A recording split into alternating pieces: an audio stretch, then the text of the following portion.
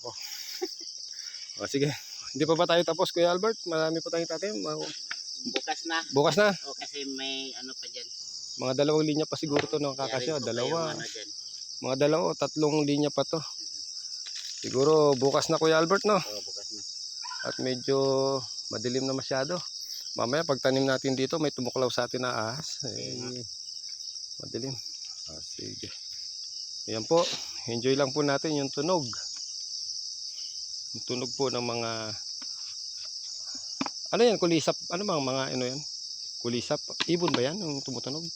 Insekto? Yung mga ibang gangis. Iba rin. Hindi ko alam kung ano. Mga anong ibon na yun. Pero pag gabi, minsan may mga tumutunog din ng mga ano dito, no? Yung sa amin tawag na ano.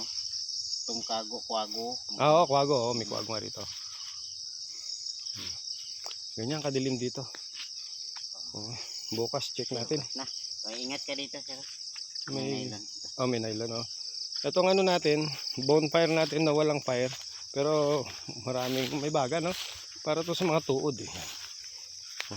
Dito hindi lumalapit yung mga insekto kasi medyo mainit. Yan. Ganda, no? Pakaganda dito. Tahimik. Tahimik na lugar. Maraming insekto. Yan. Yan. Yung ilaw po natin dito, solar lang yan. Wala pa pong linya ng paleko dito. Solar lang yan. Nakaano tayo ng battery. May isang maliit na panel.